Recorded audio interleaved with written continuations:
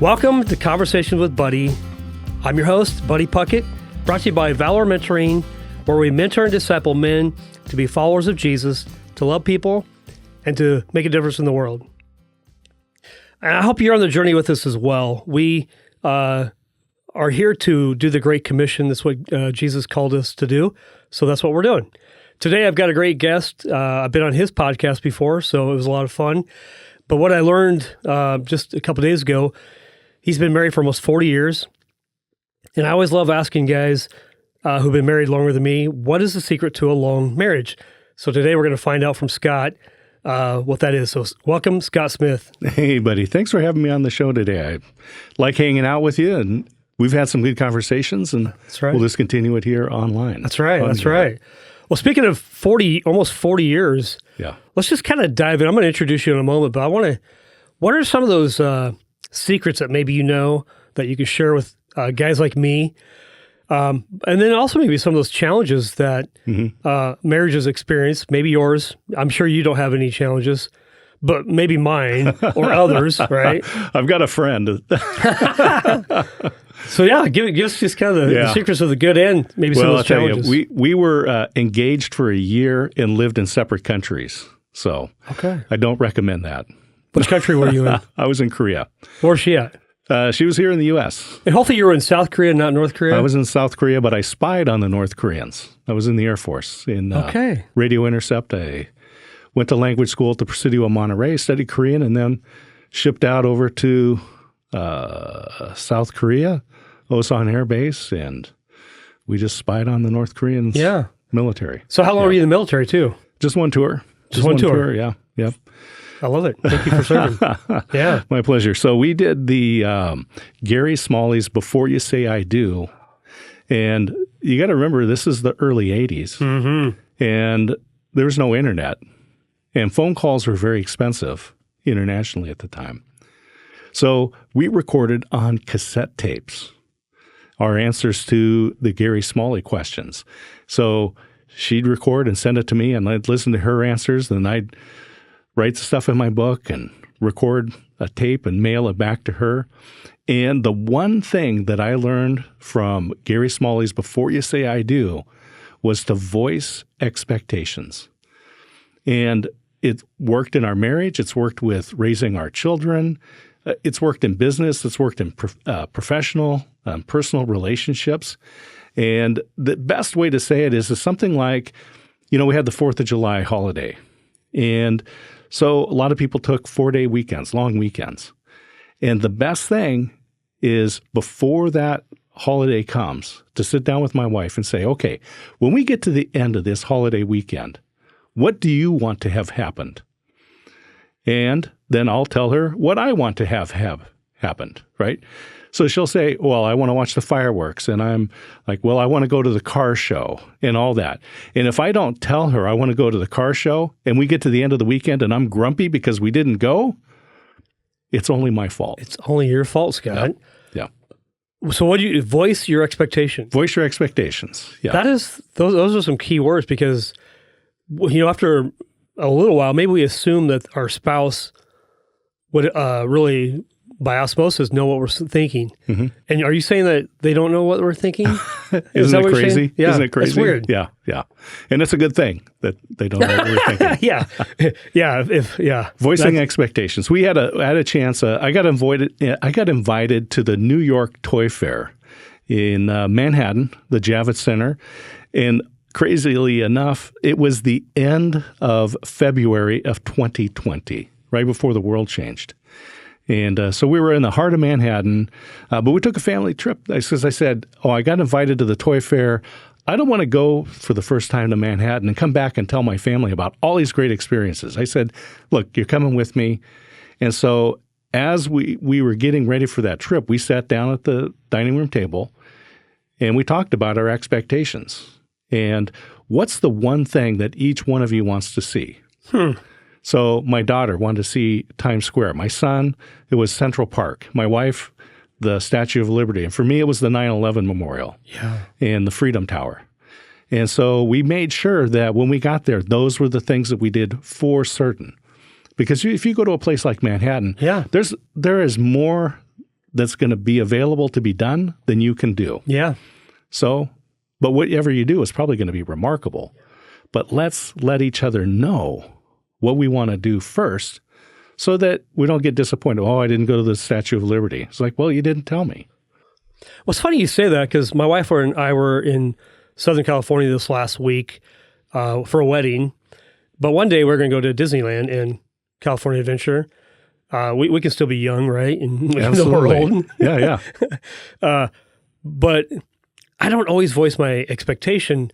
But I did this day. I said, hey, there's only 2 rides we can ride the whole time for the whole day. I want to go on the new Star Wars ride. Mm-hmm. And I want to go on Soaring Over, used to be called Soaring Over California, now Soaring Over the World. Mm-hmm. And guess what we did? Those 2 things. Yeah. Only one of them was my ride that I would do again. The other one was not. But the point is, I voiced my expectation and we did it. Yeah. And so I would say I fail at that mostly, Scott. Would you say that's maybe the case with a lot of people? Yeah. Yeah. Most of us don't because we're hesitant, right? We don't want to push our goals or hopes or whatever on somebody. So we hold them back and then we get disappointed and then we're grumpy and we don't have any excuse for it. It almost sounds like false humility. Mm-hmm. Like, oh, just, hey, whatever you want to do is totally fine. Then later on you're mad. Yes, I've done that before. Wait, let me do this. Let me introduce you. First of all, I think that was great. Just as we start off this podcast, voice your expectation. I think we're going to title this podcast that. I think that's I love it. Really, really, I've never heard that before in those words. All right. So this is you. You are a motivational listener. I never heard that term before, by the way. This is not simply a pattern interrupt. There's a brain science around it. The main goal, when I speak with someone, they leave the conversation feeling better about themselves than before we started. And by the way, I already do because you and I met right outside this little podcast studio, and you gave me some notes on how to plan my day and set my goals. Mm-hmm. So I think that's pretty cool. You've written several books. One of interest would be Business Networking, a Scientific Method, and specifically the student edition, Networking for Students. Mm-hmm. And here's the 2 copies. So, we'll get these on the podcast as well. In addition to promoting your business through digital advertising, Google, YouTube, Facebook, and Instagram, you have a nonprofit called Edvocation. Mm-hmm. We focus on students interested in pursuing careers in the trades. That's cool. You're a founding board member of Uplift Leadership, a nonprofit providing career guidance to high school and college students. We have a career summit at the University of Oregon, July 25th through the 28th. Mm-hmm. So that's awesome. Again, you guys celebrate 40 years in this coming August for marriage. That's good. You have 3 children through adoption. How old are your kids, by the way? Yeah, so the oldest is 27, 25, and 21 is our youngest. So we have 2 daughters, and our son is the youngest. Okay, Very cool. And are they local or do they move away? Yeah, all here in Oregon. Okay. So obviously adopted from different families because they're different ages. Mm-hmm. Okay. Yeah. We'll talk about that. You're the board of Extra Mile Media. You're on the board of Extra Mile Media, Hope 107.9 Radio. You play bass and guitar. That's cool. I want to be like you when I grow up. You're on the board and Elder Village. Yeah, an elder at Village Church in Adair Village and part of the preaching team. Mm-hmm. So what do you preach, like once a month? There's actually 5 of us on the team, and we have a lead pastor. He preaches the bulk of it. Yeah. And so we fill in, and so we'll have once or twice a month, one member of the team on there. Mm-hmm. Okay. So you're probably, you're preaching what? Well, 10 to 12 times a year? Oh, not quite. No. Not quite. Wouldn't be that. Wouldn't be quite that. Okay. Yeah. And then lastly, what I put on here is that you do the experience with Russ. Absolutely. You guys have a podcast show as well. How long has that been going on? We've been doing the experience live with Russ and Scott every Wednesday for 3.5 years now. Every Wednesday? Yeah. Wow. What do you guys get out of it? What's in it for you? We, as I say, we have the most remarkable people on the planet as guests on our show every week. Yeah. And, we've got like 8 billion people to choose from. Right. So 8 billion. Yeah, that's right. there's no problem finding people to talk to. We have two people. Generally, we have two guests per show. Okay. And we try to pair up folks that have something in common, something similar.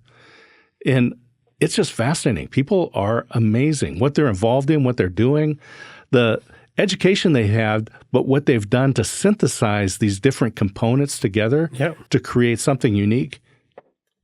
Was I? Amazing. I was on just by myself. Was I the? So you were on our second show, the one that we've started, which we've just finished episode 20. So you were on the Experience Local. Got it. And that is focusing on believers in business. Okay. So we're looking at people here in the Willamette Valley who are in business or nonprofits and or leading it through their faith. Yeah. So the experience is worldwide, and the experience local is just local business people who are believers. Okay, I don't think I knew that, but that's good to know. Yeah.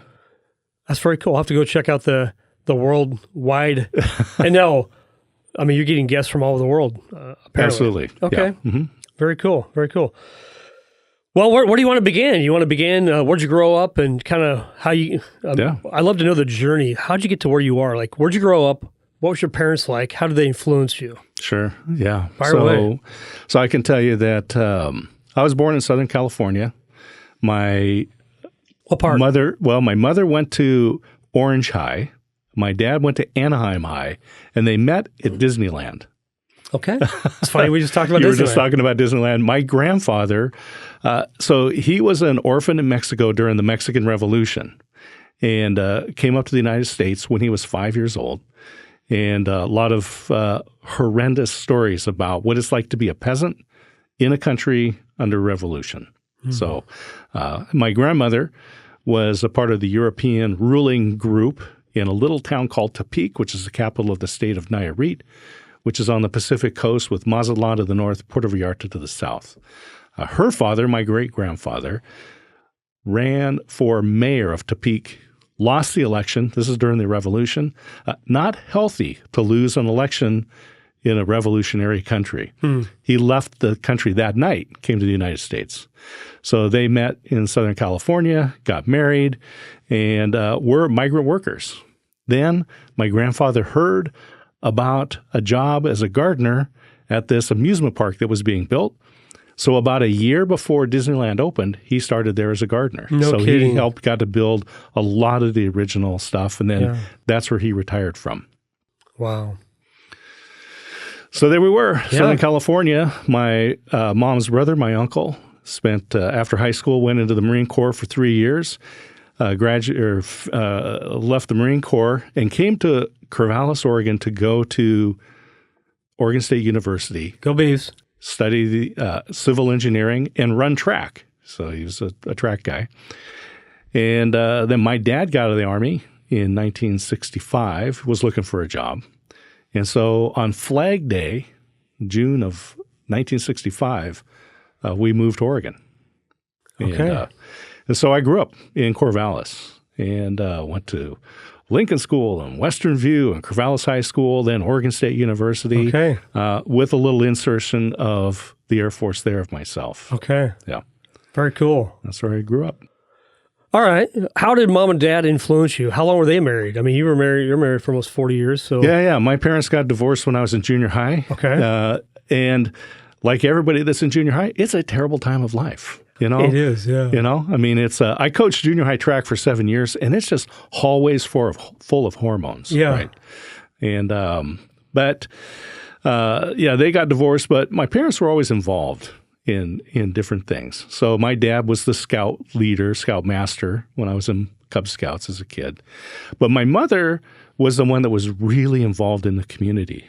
And in fact, in Philomath, Oregon, at the community food bank, they have a community garden there, and it's named the Lupe's Community Garden. That was my mother, Guadalupe. Okay. In Philomath. Yeah, in Philomath. And so she was involved with Altrusa, and she was on the City Planning Commission. She was president of American Cancer Society for Benton County. She was involved in all of these different groups. And we were going through some stuff and I pulled out more newspaper articles about what she did. This is a lady that never took even one college class because she graduated high school in 1960. And in 1960, women in Southern California had two options if they wanted to go to college, be a teacher or be a nurse. Okay. My mother said, I don't want to do either one of those. I don't blame her. Yeah. But she lived a life that made a difference, and that's what I found. And that's why I'm involved in these different organizations you mentioned, like Advocation, which is one that we formed, and Uplift Leadership. These are ways that I can give back to the community. So I got involved with my first nonprofit organization as a board member because I assumed this is what you do. Yeah. You grow up and you start work, start earning, take care of your family, and you get involved in nonprofit organizations. Yeah. So I was probably 25 or 26 when I joined my first board, and it was the Corvallis mission. It was a men's homeless mission. And I have never not been on a nonprofit board ever since. Okay. It's part of your passion, your drive. It's how God wired you. Mm-hmm. Interesting. Yeah, that's what we do. It was what we should do. Amen. Amen. You're definitely involved. Talk us through kind of your journey of, becoming can we call you pastor? No, just I went to Village Church to play bass, and then I just ended up in leadership. Okay. So then how long have you been playing music? I started playing guitar in third grade. I was taking lessons and took lessons for 3 years, and then got involved in junior high band and started playing trumpet for 4 years then. Then became a Christian my senior year in high school. I was at a Sun City group, which was about 50 high school students from around the Corvallis, Philomath area at Northwest Hills Church there on Walnut Boulevard. One night, it was a Wednesday night, and there's 50 of us in this big room. And of course, they're all sitting on the floor, and we got a speaker who's an ex-basketball player, professional basketball. I don't remember his name, but he was delivering the message that night. And just like most high school boys at the time, at that age, I was too cool to sit on the floor, right? So I was sitting in the back.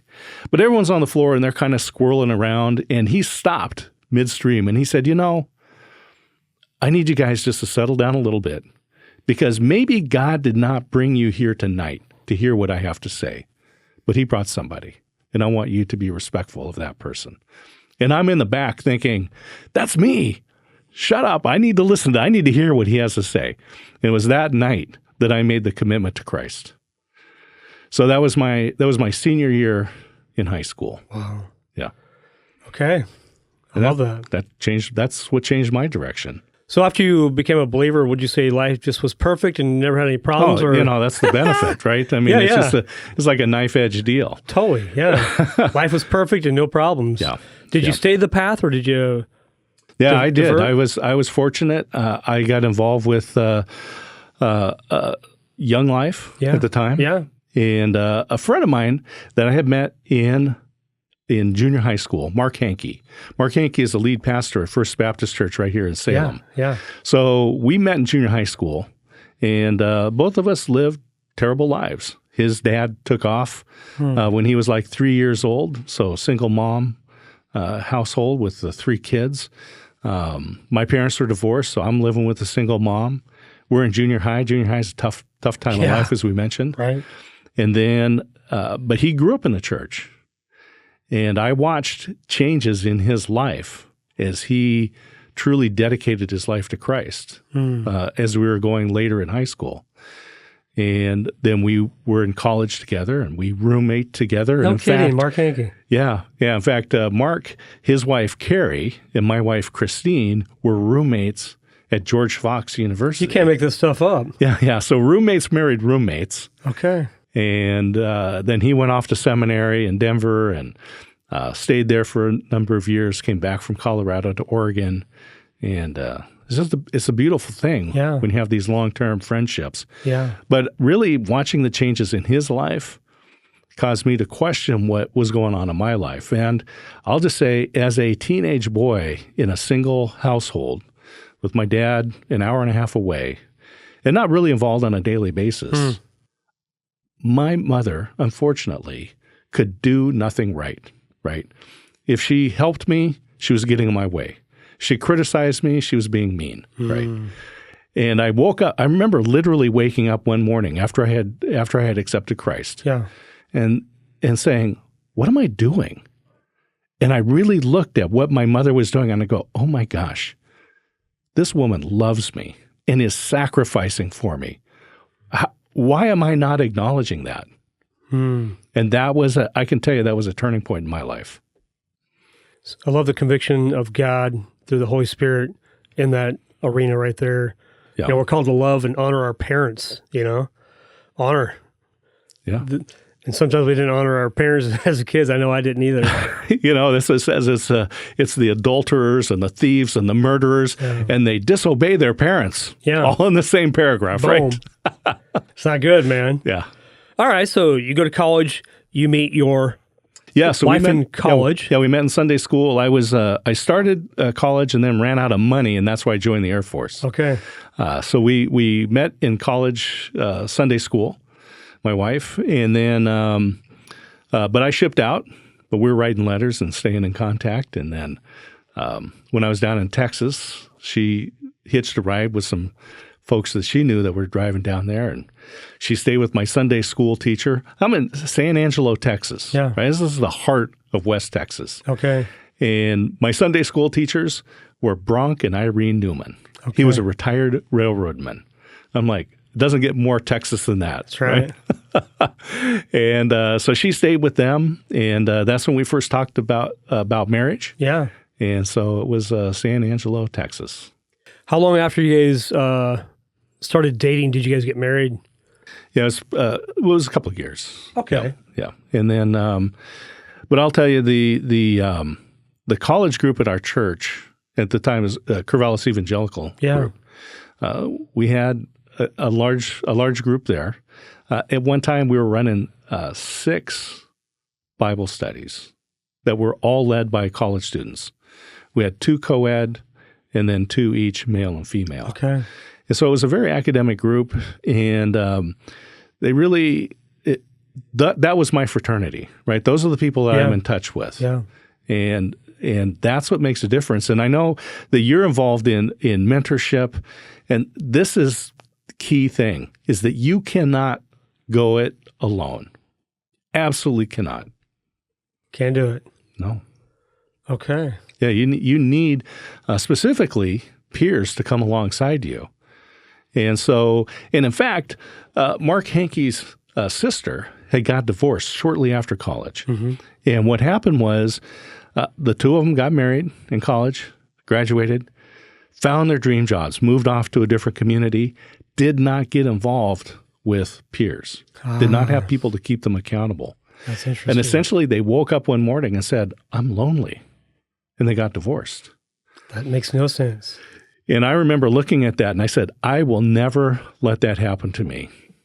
And so from the time that my wife and I first got married, I met every week with a group of guys. Yeah. Same group for years. And then finally, and other guys came and went, but there was a core group that we met with every week. And it wasn't a Bible study. It wasn't necessarily an accountability group. It was just sharing what's going on in our lives. Yeah. And you need that.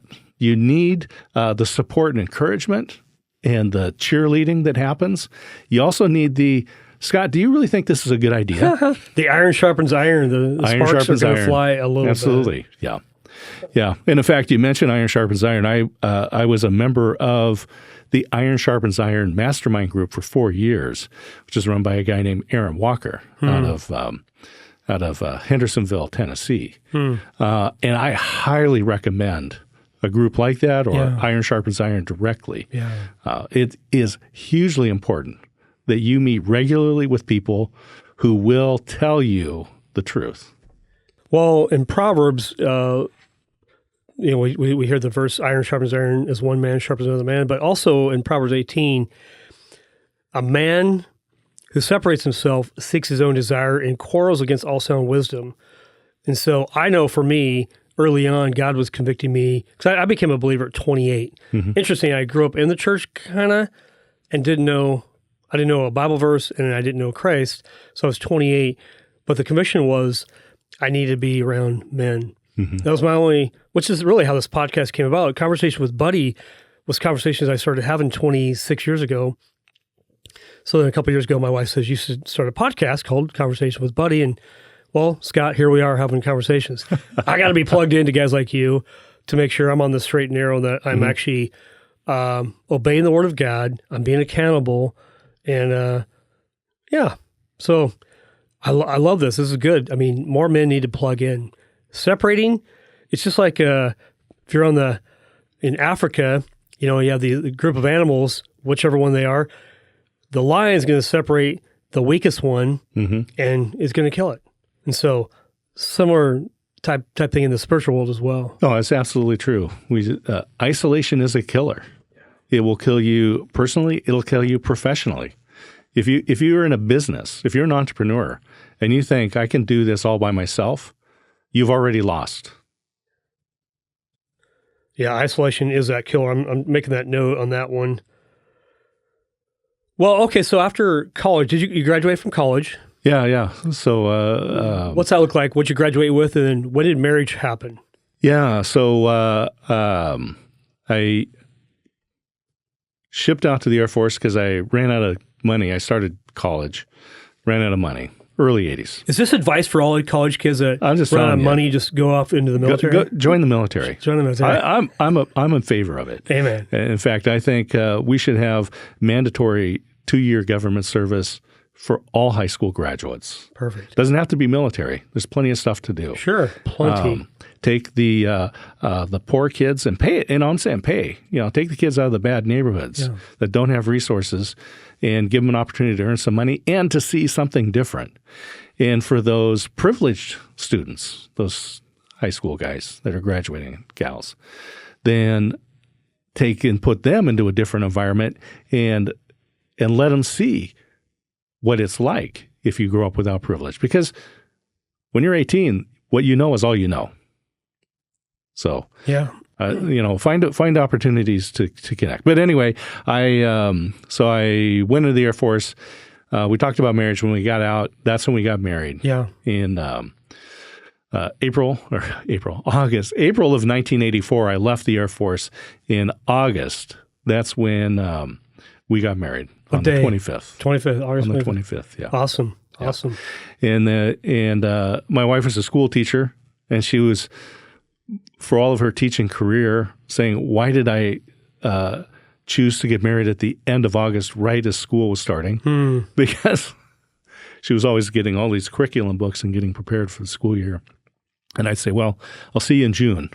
Exactly. Yeah. For those of you who have school teacher it's hard, family, man. Friends, and spouses. Yeah. It's an all-encompassing job. But I will say, every time I meet a teacher, I thank them totally for protecting our future. Yeah. Amen. Absolutely. So, we got married in 1984. And so then I finished college at Oregon State. I graduated with a major in business with a concentration in finance. And I always say that it is the non-accounting side of finance. Thank you. And, nobody likes accounting, right? And accounting is important. Yeah. And actually, I did taxes for 4 years while I was in college.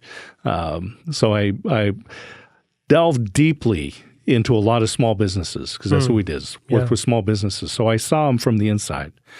And then my minor was behavioral sciences. So psychology, sociology, cultural anthropology, the group, the individual, and then how we relate together. Turns out that has been very helpful in the business world. So I had 4 years doing taxes. Then I graduated with a degree in finance. And so looking back on the accounting side, that's important. But what I was really interested in is taking that information to project out into the future, right? Yeah. Which is also important in business. And this has helped me on the entrepreneurial route for my career. Yeah. So I had an internship at First Interstate Bank when I was in college, and so I started my career after college working at a bank. And got into the leadership development program, which is their management training with Security Pacific Bank. And just kind of went through that whole thing, changed banks a couple of times. It's the typical career path in banking. You change banks to get a promotion, get a raise. Yeah, I know. And then what'll happen is your regional manager will move, and then a whole bunch of people follow them and so forth. Then I ended up one day I was at home. I was on vacation. We were just staying home that week. Phone rings. My wife hands it to me. She goes, "So it's Mary from Hewlett-Packard Credit Union." It's like, in Washington. Like, oh, yeah, we're not moving to Washington. And because I knew the manager at the Hewlett-Packard Credit Union, the HP Credit Union in Corvallis. And he says, "Yeah, I'll be here till I retire." Yeah. Well, his wife got a job in Colorado, and so he moved. His job opened up, and they said, "Hey, we'd like to talk to you about managing the credit union Hewlett-Packard." And at the time, we were HP employees leased to the credit union entity. So we worked under the finance division and reported up through Bob Wyman's. Yeah. So you're an HP employee working for... Yeah.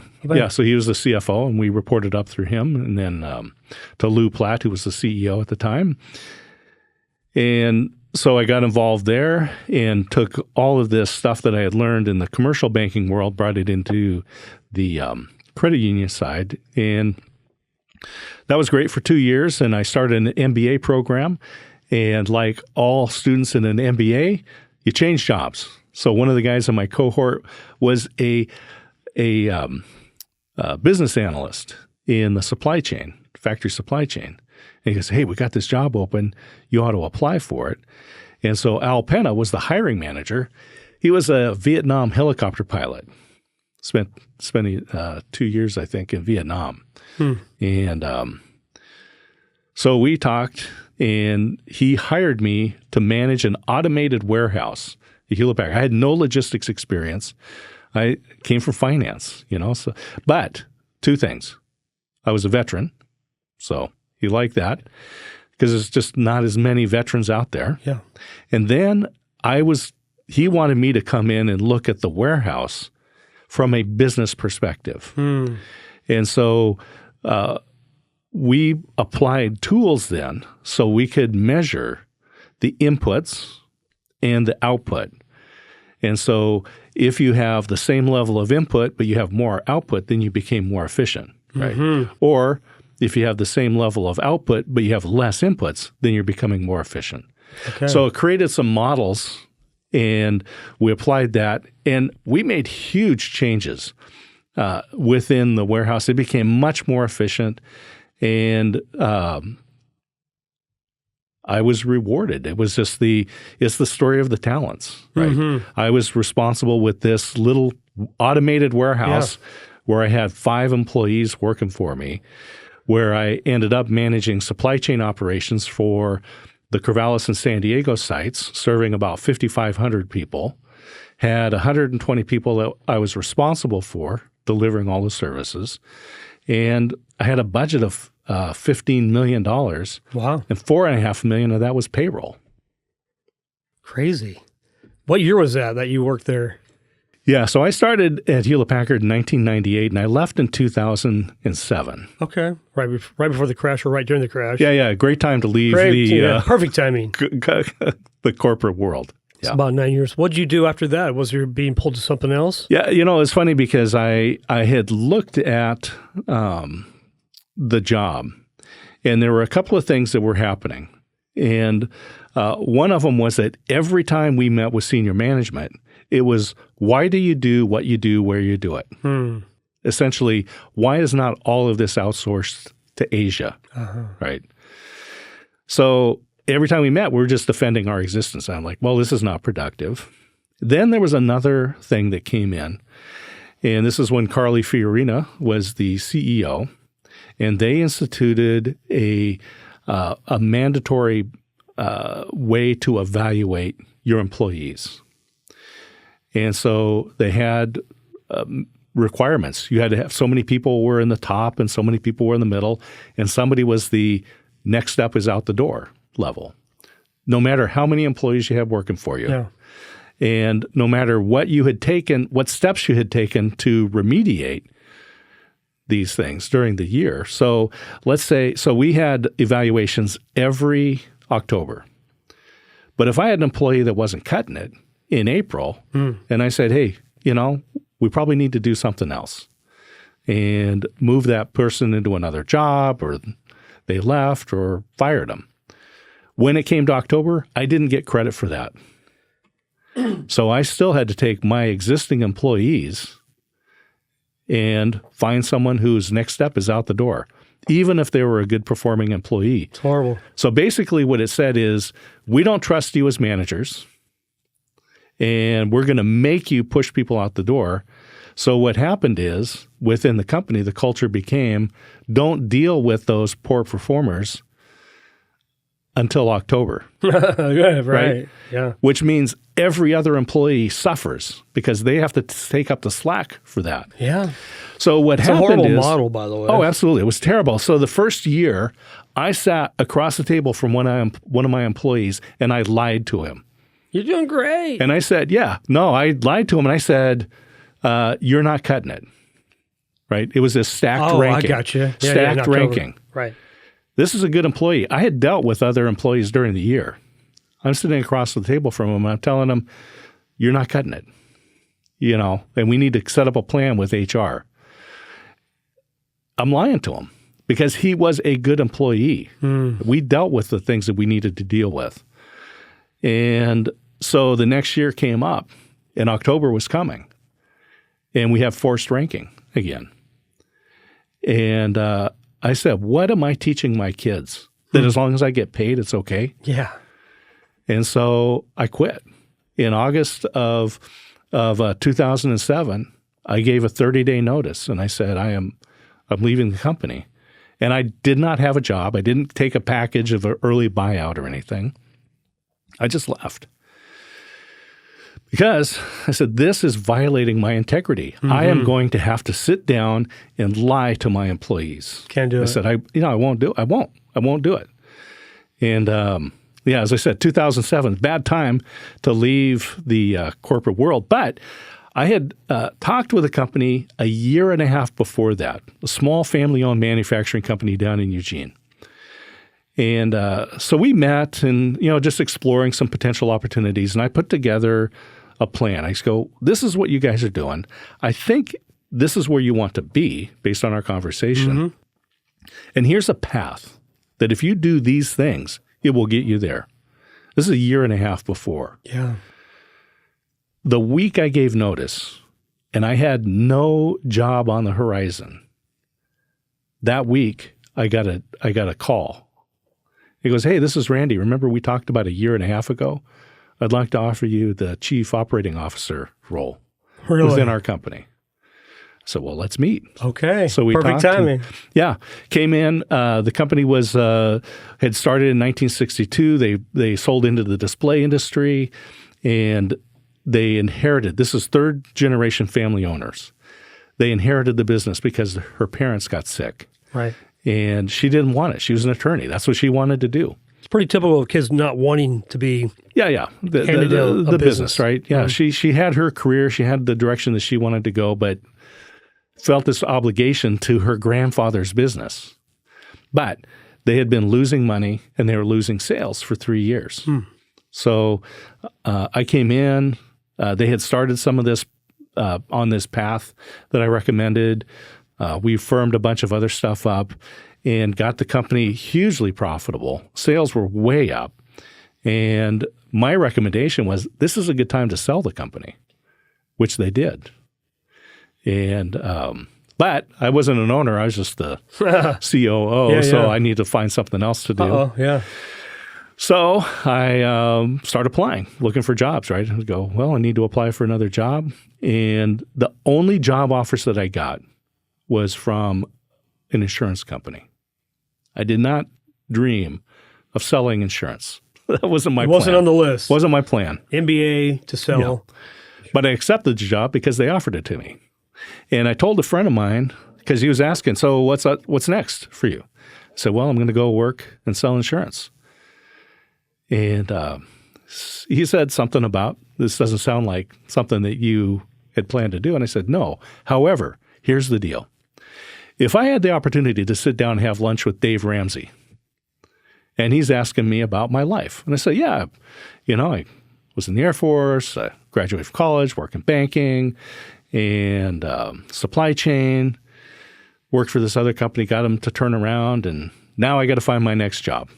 Well, what kind of prospects do you have? Well, the only one I've got is an insurance job, but I don't really want to sell insurance. And I was just thinking, what would Dave Ramsey say? You're telling me you have a mortgage and kids and a wife, and you're not willing to sell insurance. Take the job. Yeah. I took the job. Yeah. Yeah. You hear Dave Ramsey just, he was in my ear. I hear him too. He was in my ear. Yeah. And I said, so I took the job. And in my first full year, made the All-American Club and won a trip with my wife to Hawaii to this beautiful resort. And what's the name of the company? that was good. It was Country Financial. Yeah, Country Financial. Country. It's a good company. Really good company, right? Solid, very conservative. And I fit well with them, but still wasn't my dream. One day, my client, I got a client that called up and says, hey, Scott, I'd like to have coffee with you. I'm like, all right, we're going to open those 401k plans, right? Yeah.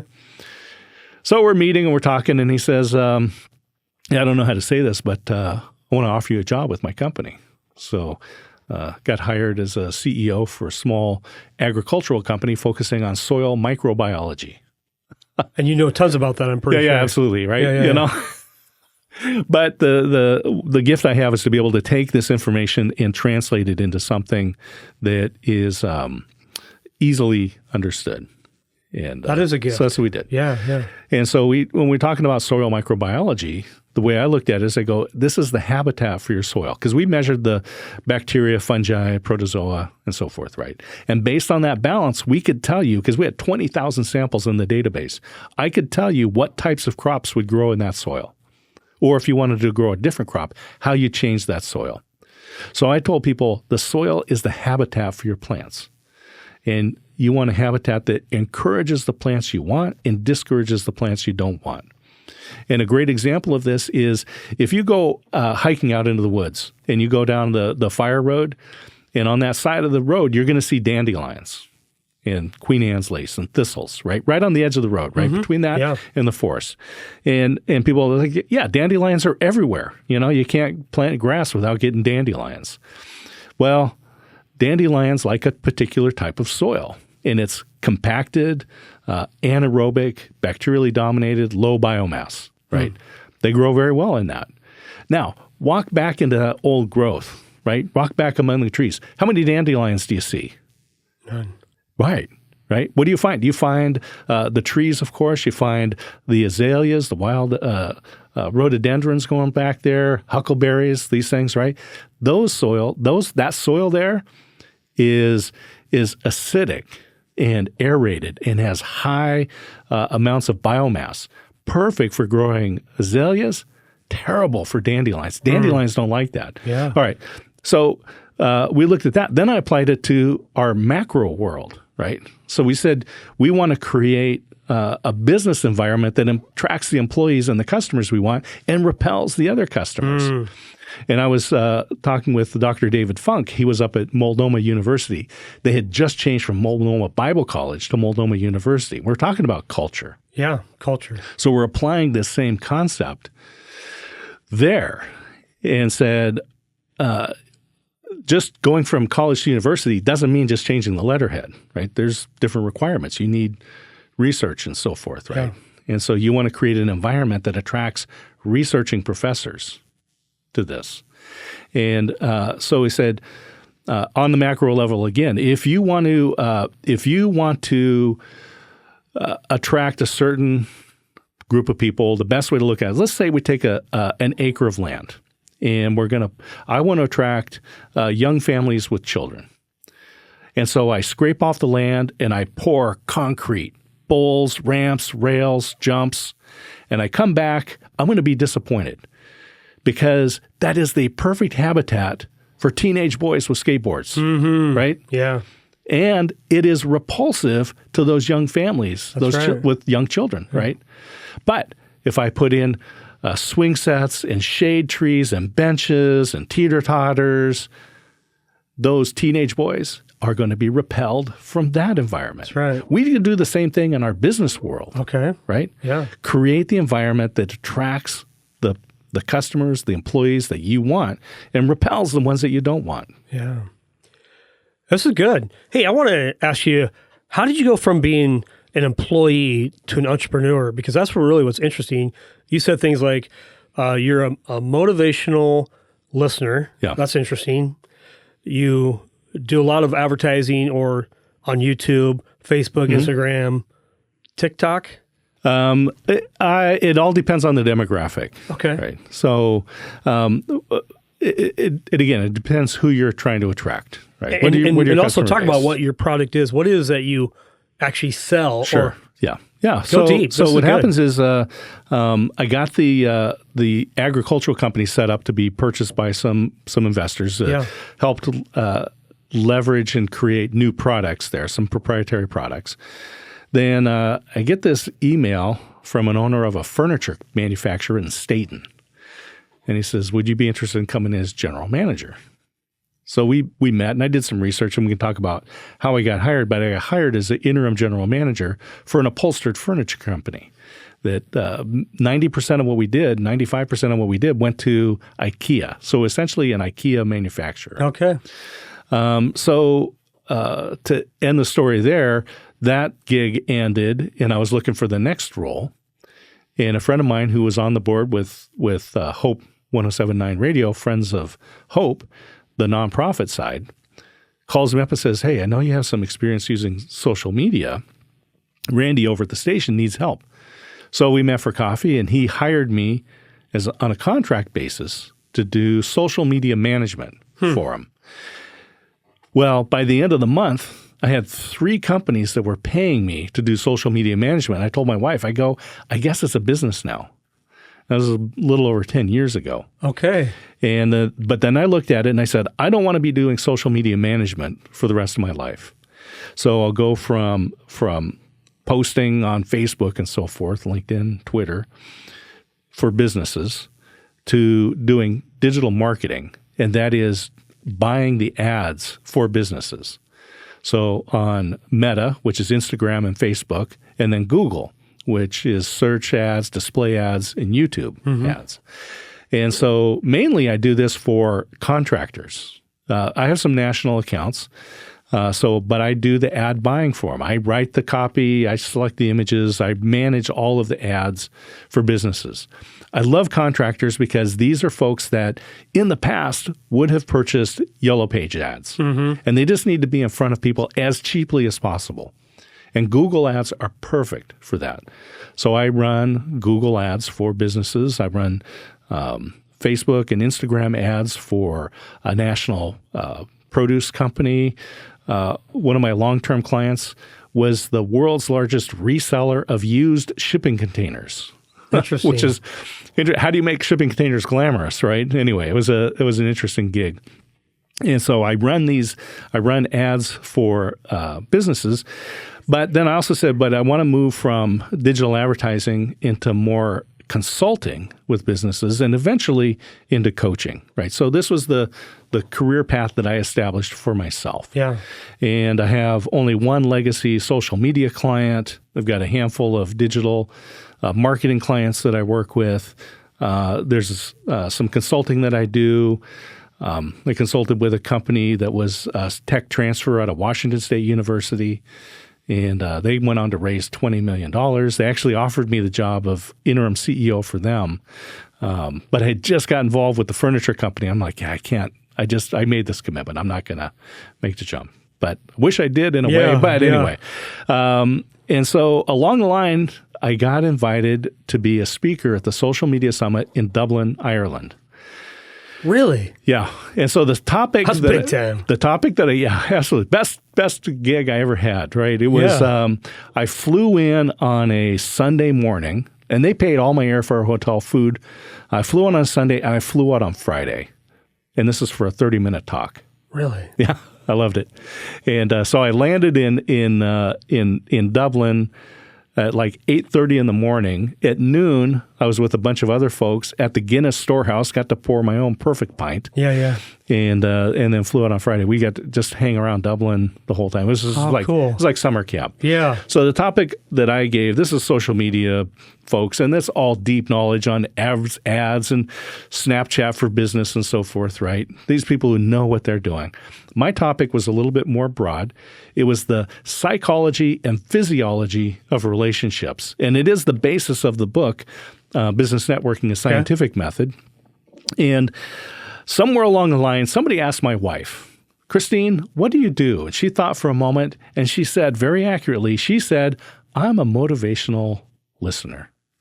Now, this is a pattern interrupt, right? This happens in your brain because you hear motivational speaker about, all the time. So that's what you expect. Then the opposite comes along, not speaker, but listener, motivational listener.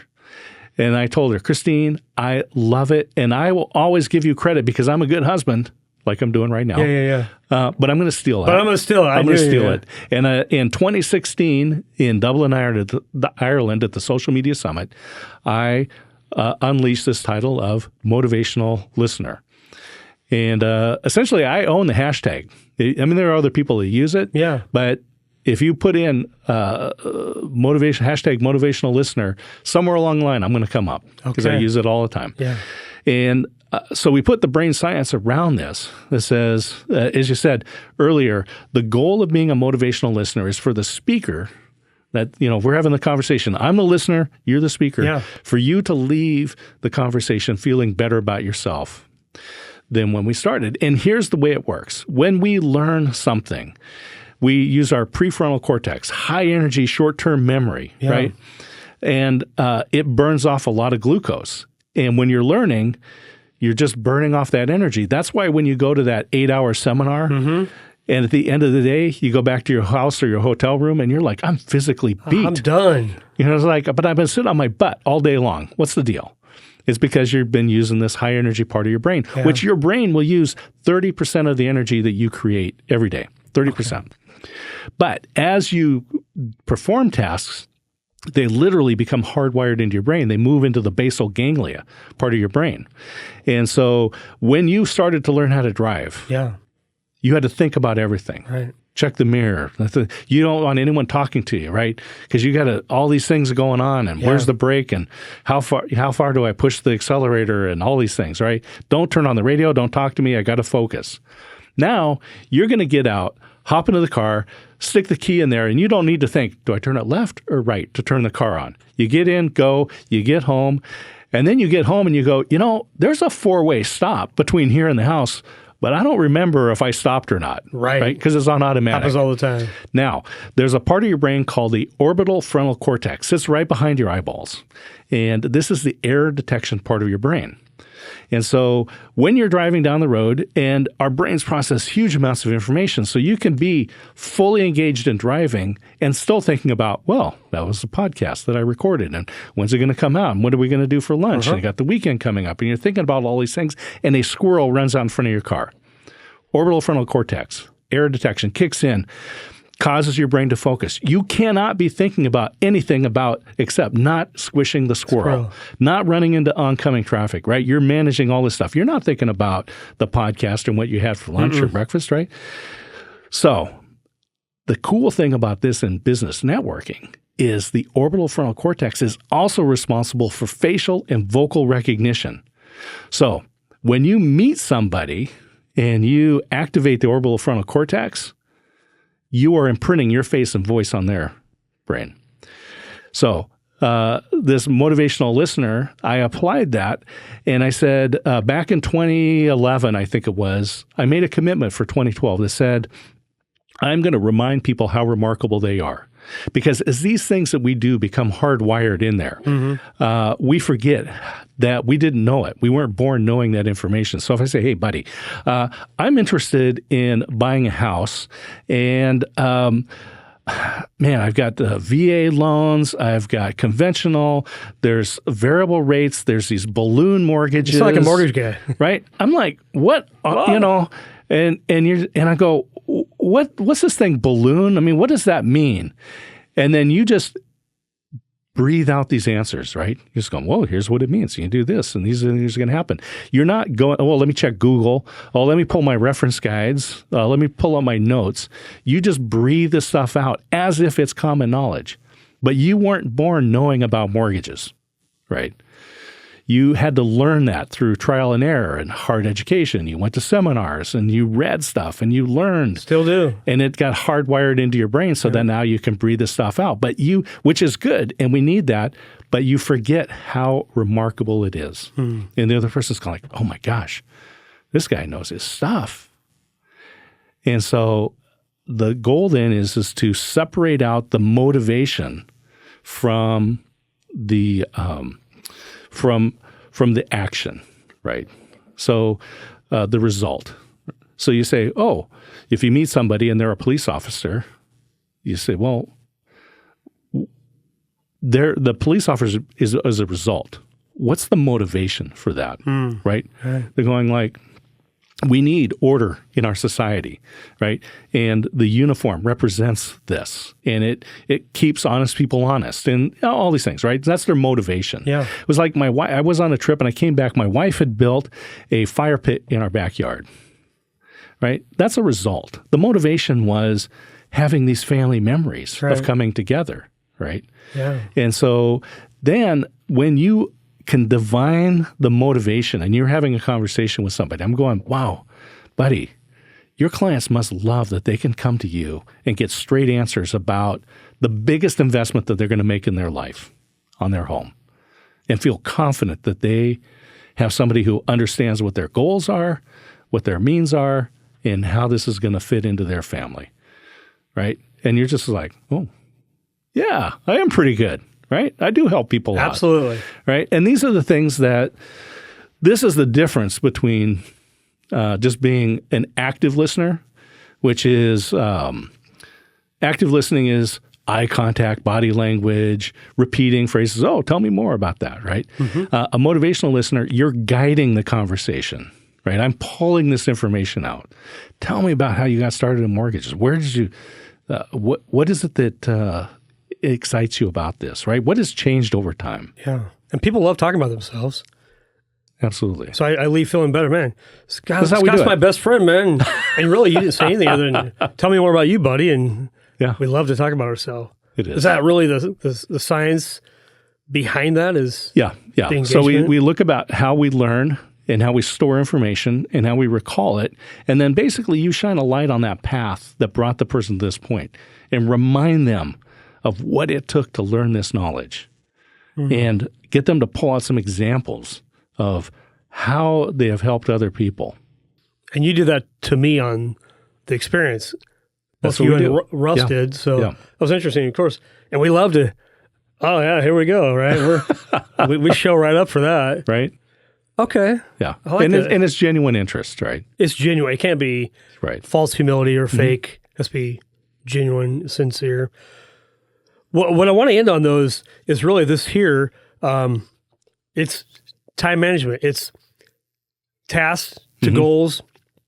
Because you said a goal with basically without a detailed list is merely a dream. So unpack that. We'll end on this here note. Sure. And we'll talk about the booklet or whatever you made, because I want to hear more about that. Yeah. The independent planner, you can find it on Amazon. Yeah, so if you put in independent planner and my name, D. Scott Smith, it'll come up in the search.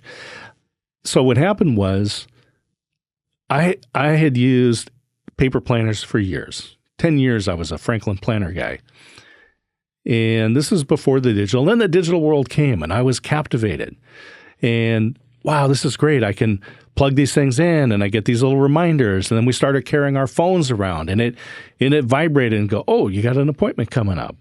Well, Google let me down. There was a few times where I'm sitting there and the phone rings, I answer it, and it's like, hey, Scott, it's Buddy. I thought we were recording the podcast today. And I can't afford to miss that. And so I needed to supplement my digital calendar with an analog paper planner. Yeah. And I'm a big person I believe in journaling, right? Every day you should journal. Okay. And And for those people who would like to journal but don't know what to do, I was inspired by like the Lewis and Clark journals, right? They wrote every day. They wrote about things. But sometimes if you read those old logs and journals, it's like today's date and it's rained all day. And that was it, right? Yeah. So I go, hey, if you want to get started in journaling, just take a book, write in there today's date, and then you're done. Tomorrow, today, the day's date, rained all day. Next one, today's date, rained yesterday, maybe better today, right? Just get in the habit of it. Just get in the habit of doing it. Okay, good. Right? So I looked and I go, all of the planners that are out there are fabulous. There's these systems. Michael Hyatt has the Full Focus Planner. It's expensive. It's detailed. You use like 4 books a year. And it's very complicated to use. But it's effective. I have friends that use it. Yeah. A lot of the other ones are just agendas, right? 8 a.m. here, 9 a.m. here, 11 a.m. here. And I said, okay, but what I'm interested in is my goals. What am I trying to accomplish? And when you are an entrepreneur, I say you're the C everything, right? You're the chief executive, chief marketing, chief finance, right? You're the C everything. A friend of mine one time like a book title, See Everything. Yes. A friend of mine thought I said SEE, right? Yeah, the see everything. And I go, no, that's actually true too. You see everything, right? Well, so somebody has to set the goal, set the direction, and then ensure that. Well, look in the mirror because that's who it is. So I put together a process called the Independent Planner, and it is a analog planner to supplement your digital calendar designed for entrepreneurs by an entrepreneur. And the whole process starts with what's a dream that you want to do? And let's say it's write a book. I want to write a book. Great. That's too big to be a goal. Now, why is that important to you? Well, I have synthesized processes. I want to write that I want to share with my peers. I want to capture my family history because of the legacy for my children and so forth. Okay, so why is it important to you? Now you go through and you look at what are the steps that I need to do to accomplish this. Maybe you need to take a writing class at the community college. Maybe you need to hire a coach or get involved in a mastermind, right? These are the steps that you need to do, right? Learn how to publish a book, practice. Then you can break those down into goals. And now you have your goals that are going to help you achieve your dream. And then you look at your habits. What are the habits that support your goal and that dream? And what are the habits that get in the way? And let's say I want to write a book and I set the goal. I'm going to get up every morning, write for 30 minutes. But my habit is to sleep into the last possible moment, rush through the morning and get out the door. Well, I need to change the goal or I need to change the habit, which is much more difficult. I encourage you to just find the spot where you can write. Maybe it's at night before you go to bed. Maybe you've got a lunch hour. But here's the deal. On the average, Americans watch 5 hours of video every day. 5 hours. 5 hours. This has been consistent for years. This is not just YouTube videos or stuff that when it was broadcast television, it was 5 hours. When it was DVDs, it was 5 hours. When it's streaming video, it's still 5 hours. And you could say what a travesty this is. But the way I look at it is, on the average, an American has 5 hours of discretionary time every day. They just don't know what to do with it. Right. Turn it into a business. Turn it into writing a book. Well, use the Independent Planner. Come out with your goals. Now, on the daily basis, you have 1,440 minutes every day. And there are no rollover minutes, right? Yep. So yesterday, use them or lose them. Yeah, yesterday you used 1,440 minutes. Yeah. I used them all. Today I'm going to use them all, but probably not all to their highest and ultimate purpose, right? Because this means that every time you accept to do something, you have to not do something else. So they say, hey, I want you to be on a board. You go, great. What am I not going to do to be on that board? Right. Maybe it's cutting into my 5 hours of video time. Okay, I can do that, right? Yep. And so now we look at your daily agenda. We've written the goals out. We know what your goals are. And Stephen Covey said you should really only focus on 4 or 5 goals, right? Don't be just 5 big things that you're working on. Now, every day I've got an agenda. 9 o'clock, record with Buddy. That's on my agenda. 10 o'clock, I'm going to do this. Noon, I'm going to do that, so forth, right? Now, I look at those and I go, which of these things that I've blocked out the time for are moving me forward to my goals? And then we have a goal tracker. It looks like a little bullseye.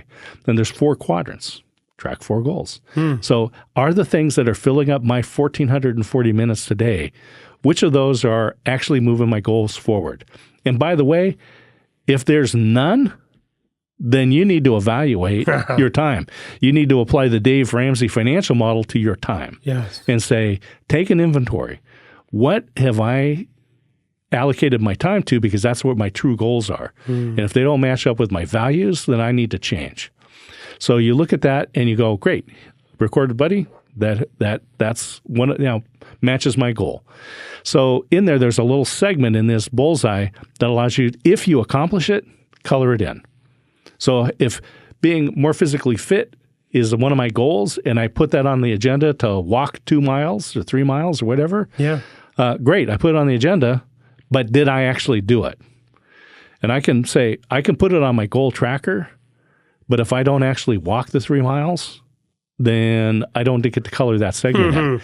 Now, the reason you color in the segments is it fires off dopamine. Yeah. When you do that. We love dopamine, don't we? Absolutely. It says, I want to do that again. So first of all, I look at my agenda. And then I put the things on my tracker and I go, good, dopamine hit. Yeah. What I've planned for today is moving me forward.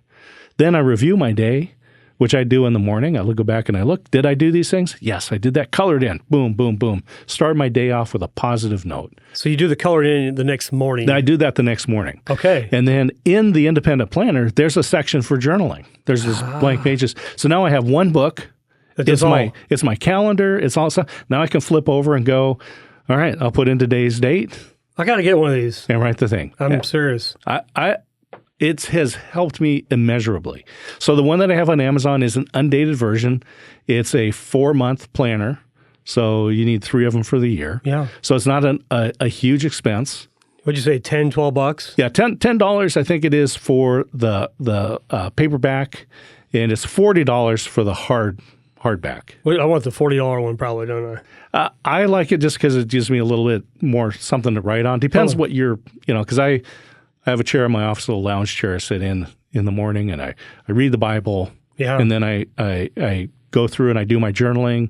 Then I go and I evaluate the day, and I look at what the day is coming up. And for me, that's one of those morning routines. And I can tell you, I can't remember the time that I didn't do that in the morning. Really? Even if it's just like 2 minutes standing in a hotel room because we were traveling. Yeah. You're still doing it. And I got my phone and I got the Bible app out and I'm reading, okay, Paul's thing. Yeah. And I read that and I go, okay, good. Because there is a spiritual section. There's the center of the bullseye. That's your spiritual side. So for me, reading the Bible, journaling, praying, those are the things that start my day. They center me spiritually. And in the planner, I recommend long-term planning, a 3-year plan in 6 areas. So write one sentence about who you want to be 3 years from now in your personal goals, your relationship goals, your spiritual goals, your business relationship goals, your financial goals, right? Yeah. Anyway, there's six of them in there. 6 right? of them, yep. And so you want to, in your professional goals, right? So you say, who do I want to be 3 years from now? And I tell you, I just came off a 3-year plan that ended at the end of last year, and then write out the next one about who I want to be. Yeah. Those then tie into those goals. And I can tell you, it made a huge difference. Here's one of the research things that goes out there that said there is a research called the end of history illusion. Okay. And it says that we underestimate how much we're going to change. So if I look back over the last 3 years, I can say, wow, here's all the things that have changed in my life. But if you say if you ask people, how much are you going to change over the next 3 years? I'll be in the same job. I'll live in the same house. I'll eat in the same restaurants. I'll have the same hobbies. But if they look back over the last 3 years, they go, well, here's all the things that changed. But 3 years ago, they would have said the same thing, that they won't change. So to me, that tells me that all of the change that has happened in my life over the last 3 years was unintentional. And if I go forward for the next 3 years in the same thing, I will change, but it will be unintentional. So set that direction of who do I want to be in my personal, my professional, my relationships, my business relationships, my financial, and my spiritual goals 3 years from now. And then work back. And I look at that day and I'm going, how am I investing my 1,440 minutes? That's a great question. Well, we're going to wrap up here, Scott. This is fantastic. I am going to order your book off of Amazon. I appreciate it. If I could maybe fill it out and re-meet with you, would you be open to that? You got it. Oh, man. Absolutely. Makes me happy. Well, thanks for listening today. We appreciate you. Hey, if you ever want to be a guest on our podcast, just reach out. I'd love to hear from you. I'd like to have a conversation with you. And then lastly, Scott, how would somebody get a hold of you if they want to just connect with you for coaching, mentoring, or getting involved on a nonprofit? How would they get a hold absolutely. of you? If they can go to dscottsmith.com. And all of my contact information is there. You can schedule time with me. There's links to my calendar, and you can block time, and we can meet through a video conference, through a phone call, or face-to-face if that works. I'm a big video person because it's so efficient. That's one of the things that COVID brought in is that now everyone knew about Zoom. Yeah. Made my world more efficient. Totally, yeah. Before COVID, I didn't know how to spell Zoom. But well, thank you for listening this week. Can't wait to read your book, Scott. And we'll see you next week. Thanks for joining us.